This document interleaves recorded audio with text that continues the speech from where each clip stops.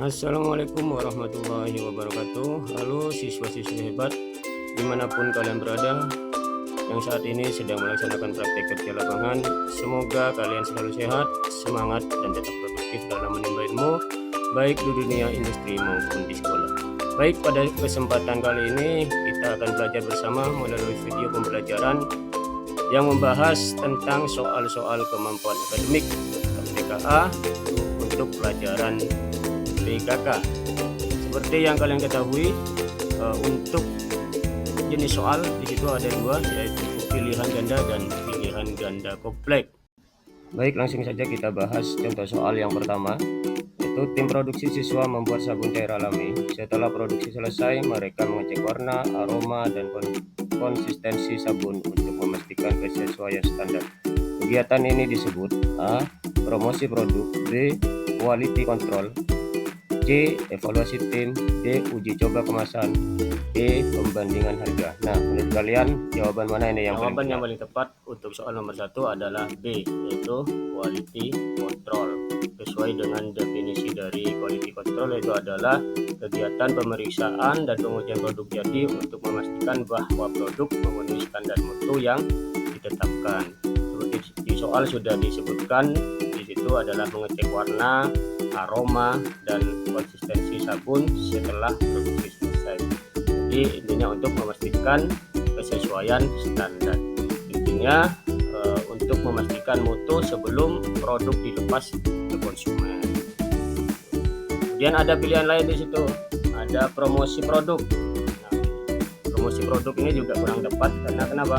Promosi hanya berkaitan dengan kegiatan pemasaran, contohnya iklan, demo, kemudian penawaran, membuat konsumen tertarik untuk membeli.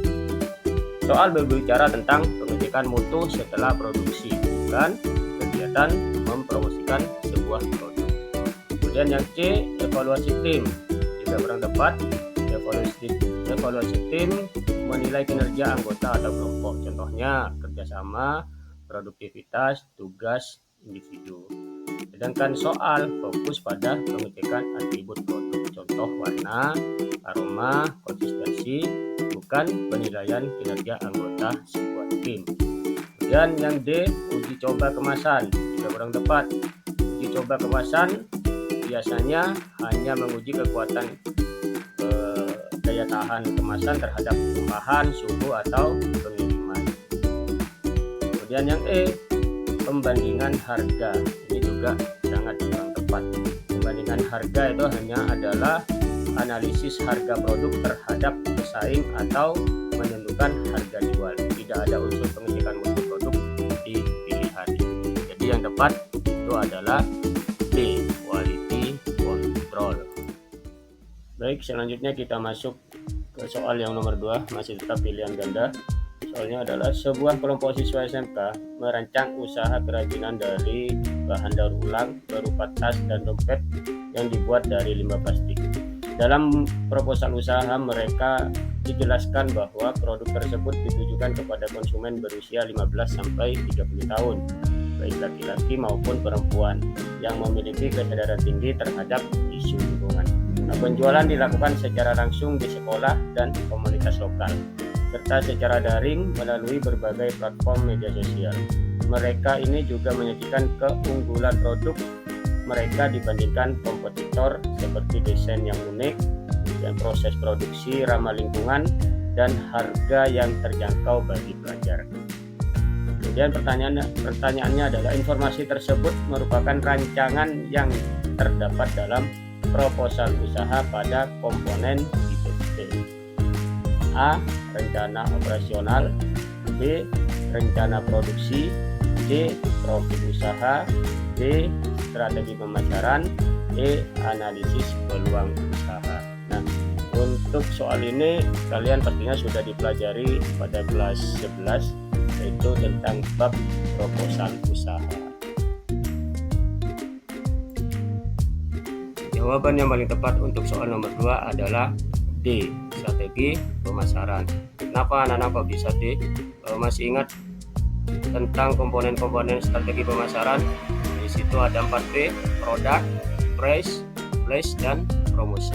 Nah, di soal sudah disebutkan di situ bahwa di situ ada target pasar. Nah, produk itu ditujukan untuk siapa? Dijual untuk kalangan siapa? Di situ sudah disebutkan bahwa usia 15 sampai 30 tahun, kemudian laki-laki dan perempuan, berkesadaran lingkungan yang tinggi. Kemudian promosinya dilakukan secara langsung di sekolah atau komunitas lokal, ini yang disebut dengan flash. Kemudian dilaksanakan juga secara daring via media sosial. Kemudian juga menyebutkan di situ menawarkan keunggulan produk. Di situ contohnya desain unik, kemudian proses ramah lingkungan, harga terjangkau bagi pelajar. Nah, itu semuanya merupakan kombinasi dari produk, price, dan diferensiasi. Nah, yang disebutkan di soal di situ ada target pasar, kemudian promosi, kemudian keunggulan produk. Itu adalah bagian dari komponen strategi pemasaran. Jadi jawabannya adalah D. Kemudian untuk pilihan yang A, rencana operasional. Nah, kalau rencana operasional ini hanya berisi pengelolaan kegiatan harian, contohnya lokasi dan jam operasional, kemudian kebutuhan dan pembagian tugas, misalnya SOP layanan, SOP gudang, dan lain-lain. Untuk yang B, rencana produksi. Kalau rencana produksi di sini hanya fokus pada cara membuat produk, misalnya spesifikasi bahan baku, kemudian teknik atau proses kerjanya bagaimana, kemudian kapasitas dan jadwal produksi, standar kualitas, kemudian estimasi kebutuhan bahan per unit. Nah, pada soal tidak diuraikan proses tentang kapasitas produksi. Yang ada adalah target konsumen, kemudian promosi dan diferensiasi. Kemudian yang C, profil usaha. Nah, kalau yang profil usaha ini hanya memuat identitas usaha, nama merek, alamat, izin usaha, visi atau misinya, kemudian riwayat singkat, dan lain-lain. Kemudian untuk yang E, analisis peluang usaha. Nah, biasanya kalau analisis peluang usaha ini berisi tentang pemetaan kondisi pasar. Misalnya contoh kebutuhan konsumen, tren ukuran pasar, pesaing, dan hambatan masuk, atau juga analisis usahanya.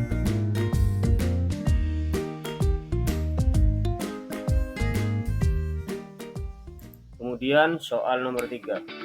Kelompok siswa SMK membuka usaha kuliner inovatif bernama Nasco atau nasi populer yang menjual nasi ayam bumbu bakar kemasan instan siap panaskan.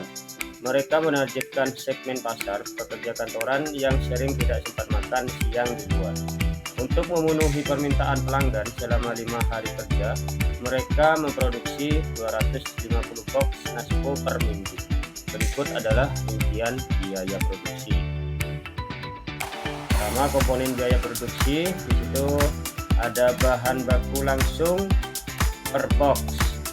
Itu ada beras seharga 350.000, kemudian ayam dan bumbu 550.000, kemudian kemasan food grade 250.000. Untuk biaya tenaga kerja